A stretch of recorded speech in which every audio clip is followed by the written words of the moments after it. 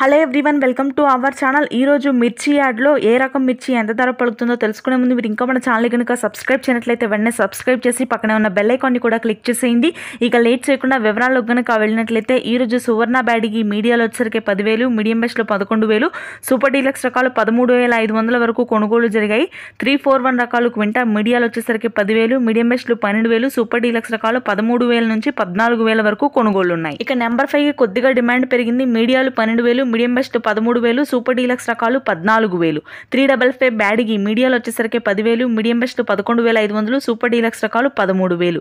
5531 Syngenta మీడియాలో వచ్చేసరికి 10,000, medium best 11,500, super deluxe రకాలు మార్కెట్లో ఎక్కడా లేవు.